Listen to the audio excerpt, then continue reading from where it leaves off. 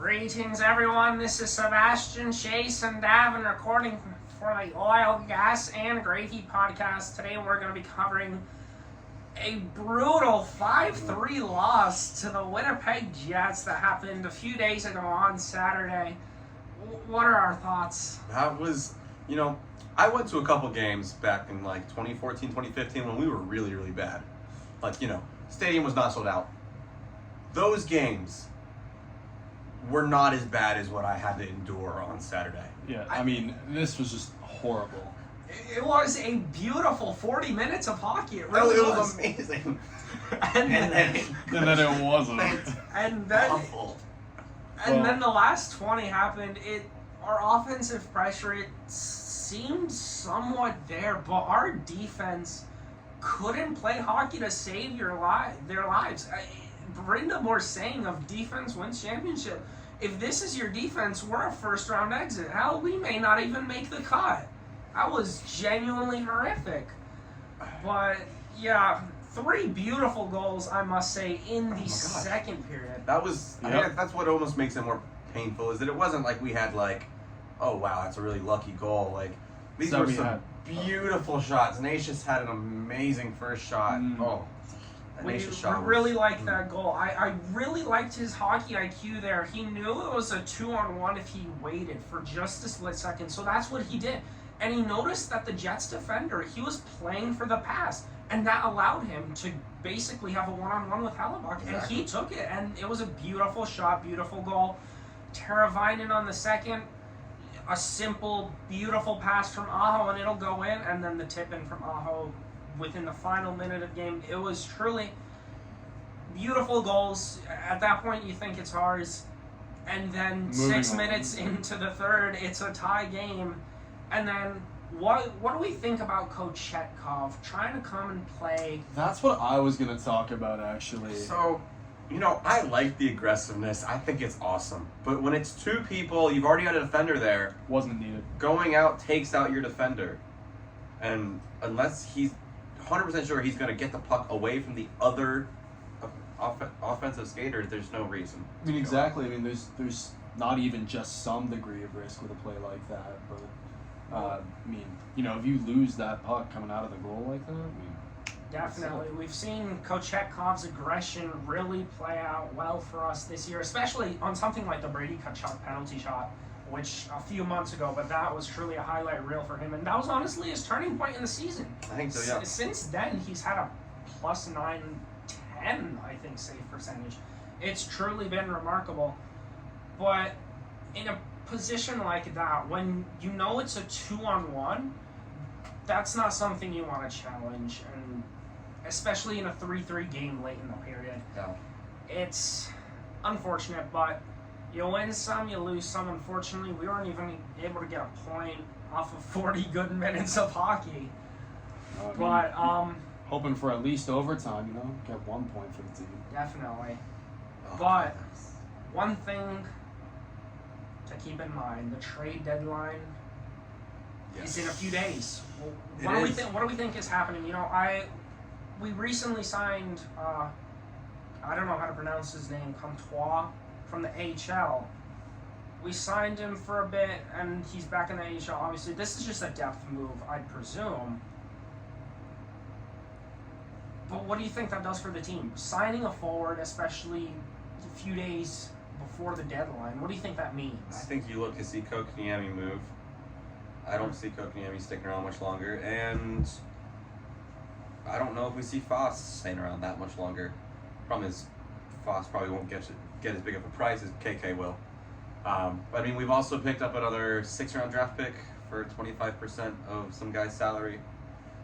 Right? So, we're making moves for the future, which is nice to see. I would like to really see us try and buy in and just go for the cup one year. But if you feel like this is the year to do it, definitely with how we've been playing. Not the last 20 minutes of last game. No. But with how we've been playing this season, it looks truly promising. Just get a few more goal scorers, and you think that this is your year. Get yourself a Buchnevich, or get yourself Who else is on the market? There's so many good names on the market. Yeah, no, I think we have someone at the door. Who might it be? Oh. Hey, no. They were, they were, a lot of people were like... Yeah, I get you. Yeah, can I talk to you in like 10? Yeah, no worries. Cool. Thanks. A visitor here for a podcast. I mean, I'm one of the RLAs on Hall, so people tend to come over here when they got questions about stuff.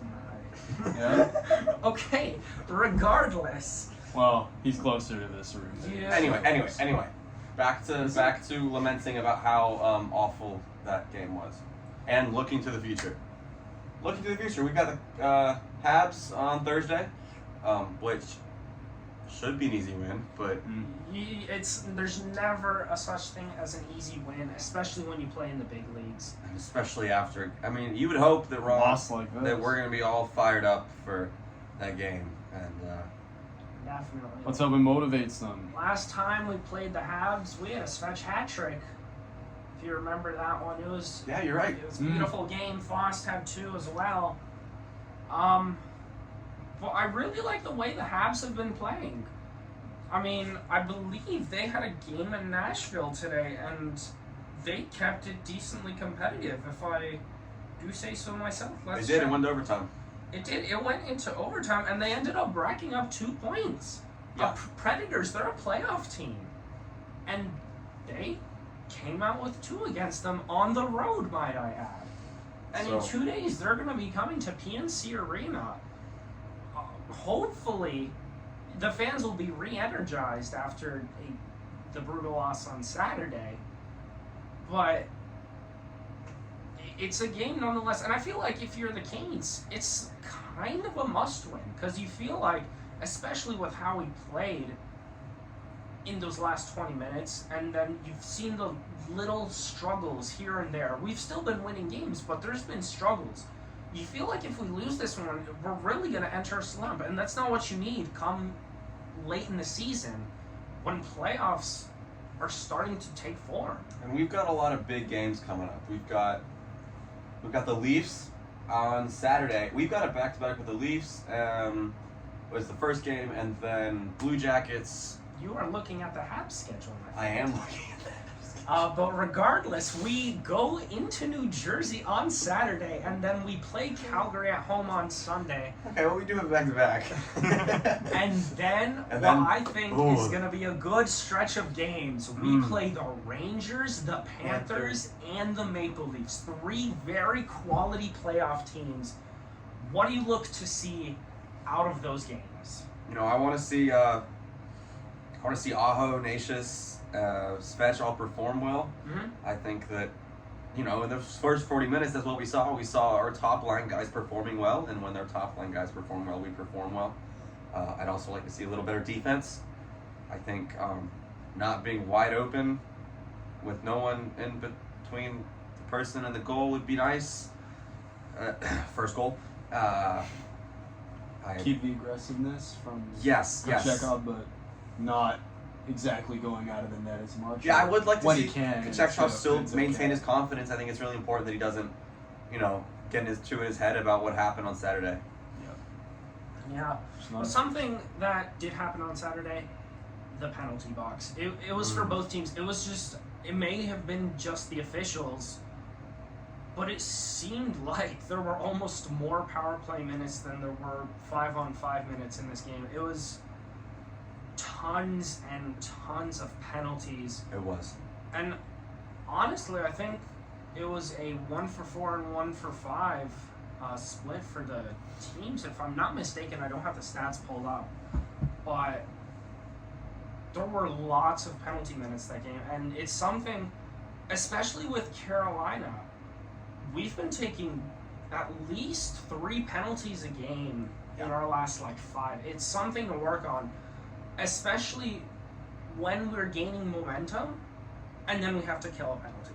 It's been way too prominent throughout these last few games, and I think we're just shooting ourselves in the foot here. And it's not something you want to see from a playoff caliber team. And I think going back to Saturday, right before that penalty where they tied one game winning.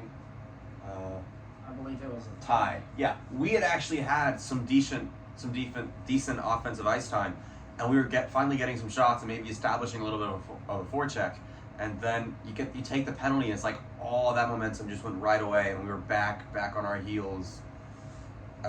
And then it sucked the life out of the crowd as well. And so yeah, we really need to not, especially at very important times, we just can't take more penalty minutes. Yeah, we had 10 minutes. We were 10 power play minutes. Solid sixth of the game in the box there. Yeah, it's not something you want to see.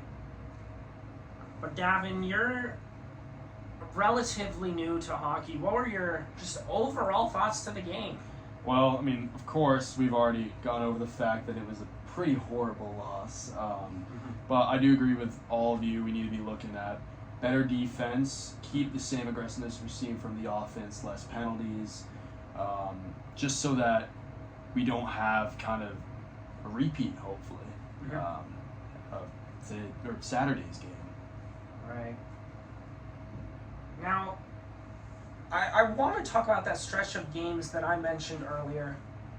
We have the Rangers at home, we have the Panthers at home, and then we go on to take Toronto. What are we looking at points-wise, optimally, for us as a team? I think you're happy to get 3 points. I also think that's a fair assessment. If you are able to win one of those games, even, and maybe snag a point from the other two, or maybe even win 2 of those games, your momentum is going to be through the roof. I really think you look to get at least a point against the Rangers.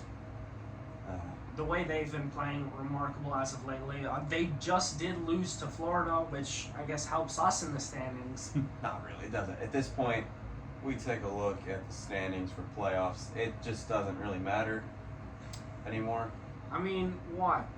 They've got a game on us, or we've got a game on them, and we're 6 points behind, and we've got a game on them. So it's possible. It's feasible. Not probable. Not probable, no. Especially with some of the rough games we've got ahead. Mm-hmm. Yeah. And that Winnipeg loss does not help us. It really doesn't. But the Panthers game. I can't wait for that. That would be a game to go to. In fact, what day is it? Hold on. Uh-oh. Because I'm thinking of getting tickets for that game. That game would be... It is a Thursday night. Oh. You know what? I can mischeck. That is okay. You know, which Thursday? 14th. It's next Thursday. Next Thursday. That's going to be a game to watch. It is going to be. I will be watching it. If we recall the last Panthers game, every analyst out there, they said that was probably the most playoff-like game that the Canes or the Panthers have played all season. It was truly impressive. I was very sad I was not able to watch that game, but I was watching all the highlights I could find. Oh, man. It was what a game. 80-shot performance combined from both teams, and it took 59 minutes and 41 seconds for us to find the game winner. Yeah. And honestly, the first goal of the game, incredible goaltending from both Kochetkov and Bobrovsky. You truly can't discount Bobrovsky. Bobrovsky is an insane goaltender. But Kochetkov, some of the saves he made, truly impressive. I kind of want to talk about that, though. Since the start of the season, we've really seen Kochetkov develop. We have, yes. I think, he had a .871 save percentage on Saturday, but that was one of his lower ones. But we're seeing more consistency, which is really what we needed out of him. Because you think back even 2 years ago, yes, in the playoffs, he'd have a great game, but then he'd have a game where you leave yourself scratching your head and wondering, does he really deserve to be up in NHL? And now we're seeing that he has developed into a goaltender that, could lead a team to a Stanley Cup if he can stay super consistent and we can get some consistent defense in front of him.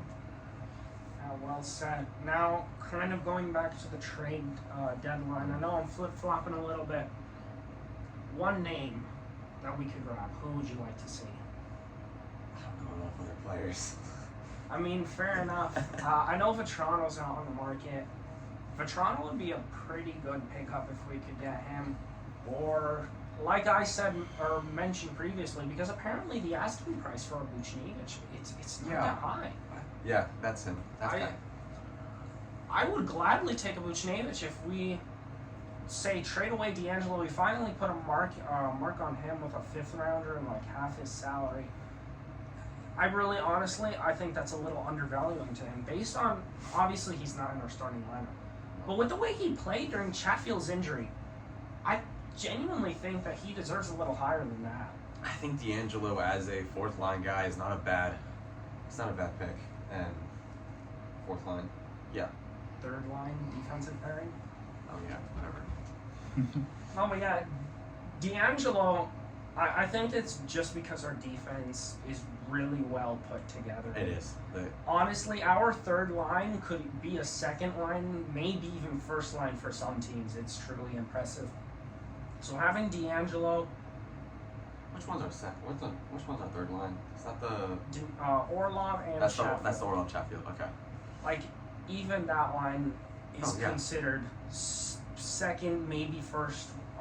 Because I think you see First such line unique potential. play from the 2 of them together. It's kind of weird. You mentioned it earlier, but they're almost like forwards. They are. I mean, Orlov, as Tripp likes to mention all the time, Orlov played forward at one point, and Chatfield has the speed that he's a forward sometimes. He really is. But yeah, I think the value on D'Angelo definitely deserves to be higher than Yeah. a 5th round. I'm thinking maybe a 4th. If you really want to stretch, you can gather a 3rd. I think, I don't know if we see KK after the trade deadline still in a Canes uniform.